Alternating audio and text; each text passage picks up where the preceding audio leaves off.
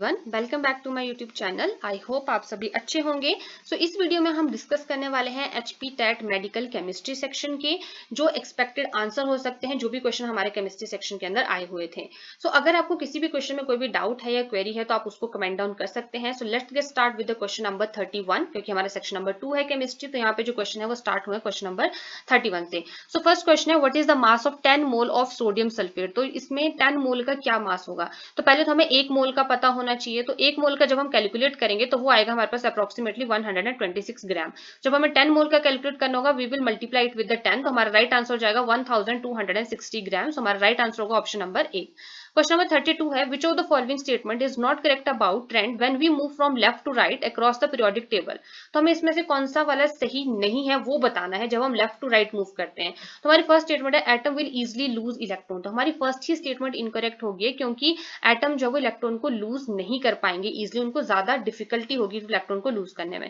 Question number 33 है, element present in the baking powder. Baking powder में कौन सा एलिमेंट प्रेजेंट होता है। तो very easily we know that formula of baking powder. तो इसका राइट आंसर होगा option number C, sodium, hydrogen, carbon and oxygen.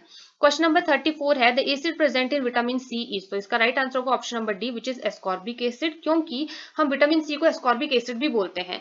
In option number 35 है, which element melt a little above the room temperature, यानी कि approximately 303 kelvin. तो इसका right answer होगा option number D, which is gallium. Question number 36 है, the property of self linking of a carbon atom is called. तो उसको हम बोलते हैं कैटिनेशन। मतलब आपस में सेम मॉलिक्यूल जब इंटरेक्ट करते हैं, सेम एटम कंबाइन करते हैं, उसको हम कैटिनेशन बोलते हैं। क्वेश्चन नंबर 37 है, what is the atomicity of the phosphorus. तो फास्फोरस की एटॉमिसिटी है option number A, which is the 4। The valency of fluorine is. Fluorine की वैलेंसी क्या है। हमें पता है एटॉमिक नंबर जो फ्लोरीन का 9 है, और उसकी जो आउटर मोस्ट ऑर्बिटल है वहां पे जो नंबर ऑफ इलेक्ट्रॉन है 7 है। उसको 7 इलेक्ट्रॉन को लूज करके खुद को स्टेबल बनाना जो डिफिकल्ट है, तो इसके कंपेरिजन में वो एक इलेक्ट्रॉन को गेन करना जो है वो ज्यादा प्रेफर करता है। तो इसकी जो बैलेंसी होगी वो होगी हमारे पास 1, which is option number C is the right answer. Question number 39 है, which chemical compound does an ant inject into our body when it bite. तो कौन सा वाला जाता है हमारे पास option number D, which is formic acid.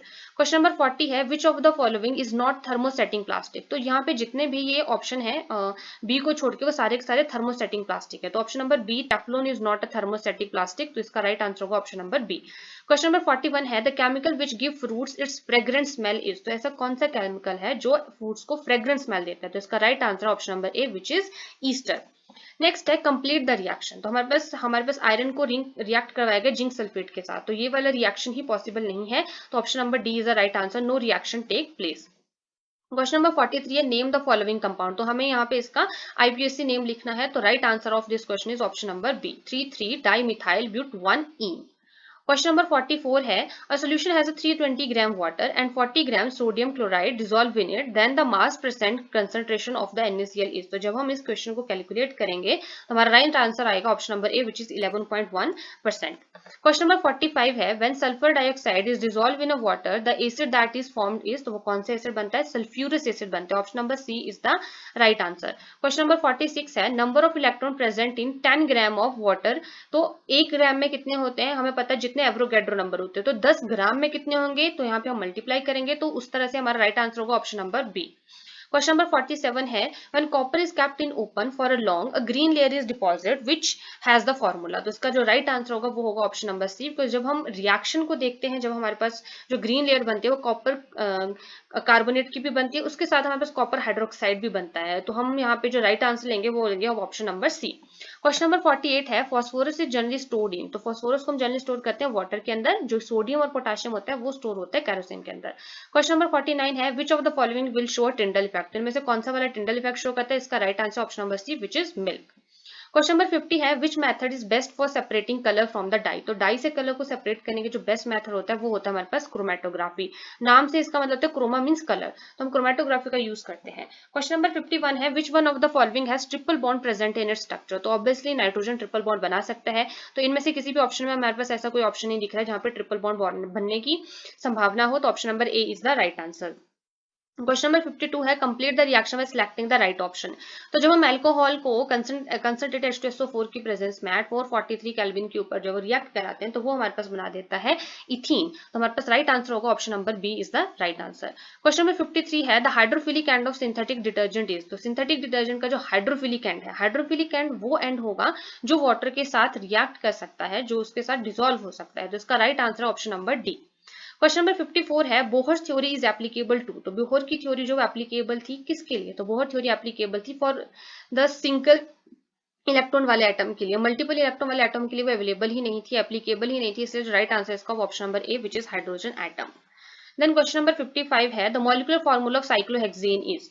तो हम यहाँ पे इजीली समझ सकते हैं, साइक्लो मींस कि वो साइक्लिक फॉर्म में, हमारे पास हेक्सेन का मतलब होता है 6 कार्बन लगे हुए हैं, तो हम इस तरह से साइक्लिक फॉर्म में 6 कार्बन लगा देते हैं इस तरह से, ठीक है। अब हमें पता है हर एक कार्बन जो है वो 4 बॉन्ड बना सकता है, तो इस कार्बन के 4 बॉन्ड कंप्लीट हो गए, 2 हाइड्रोजन के साथ इसने बना लिए और 2 बॉन्ड इसके 2 अपने कार्बन ग्रुप्स के साथ हैं। तो इसी तरह से सारे के सारे हाइड्रोजन जो है, कार्बन जो है वो अपने 4 बॉन्ड कंप्लीट करेंगे और 2-2 बॉन्ड वो हाइड्रोजन के साथ बनाएंगे। तो जब आप इन सारे हाइड्रोजन को काउंट करोगे तो ये होंगे 12 हाइड्रोजन और यहाँ पे कार्बन कितने 6 हैं, तो हमारा राइट आंसर होगा ऑप्शन नंबर बी C6H12।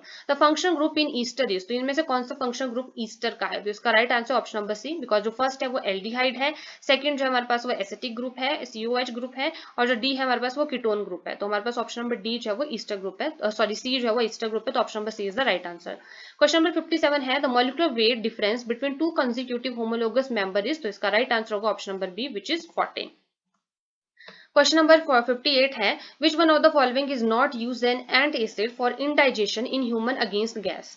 तो जब हम इंडाइजेशन की बात करते हैं तो उस दौरान जो हम यूज करते हैं वो माइल्ड बेसिस यूज करते हैं, पर यहाँ पे जो सोडियम हाइड्रोक्साइड है वो बहुत ही स्ट्रॉन्ग बेस है, तो इसलिए यहाँ पे जो राइट आंसर होगा ऑप्शन नंबर बी है, तो हम इसको यूज नहीं करते हैं। ऑप्शन नंबर 59 है the element of isotope has. तो इसमें क्या होता है, डिफरेंट नंबर ऑफ न्यूट्रॉन होते हैं, क्योंकि आइसोटोप ऐसे मॉलिक्यूल होते हैं जहाँ पे एटॉमिक नंबर सेम है पर एटॉमिक मास डिफरेंस होता है, और जो मास में जो डिफरेंस आता है वो आता है न्यूट्रॉन के डिफरेंस की वजह से, इसलिए जो राइट आंसर होगा वो ऑप्शन नंबर डी होगा। क्वेश्चन नंबर 60 है which metal is present in galena ore. तो कौन सा वाला होता है? वो होता है लेड। तो इस तरह से ये थे हमारे 30 क्वेश्चन जो केमिस्ट्री सेक्शन में आए थे। आई होप आपको अपने सारे क्वेश्चंस के आंसर मिल गए होंगे। फिर भी आपको कोई क्वेरी है तो आप कमेंट कर सकते हैं। अगर आपको आज की वीडियो इन्फॉर्मेटिव लगी हो तो वीडियो को लाइक करना, शेयर करना ना भूलें, साथ में चैनल को सब्सक्राइब करें, बेल आइकन को दबाएं ताकि आपको आगे की सारी नोटिफिकेशन मिले। Thank you.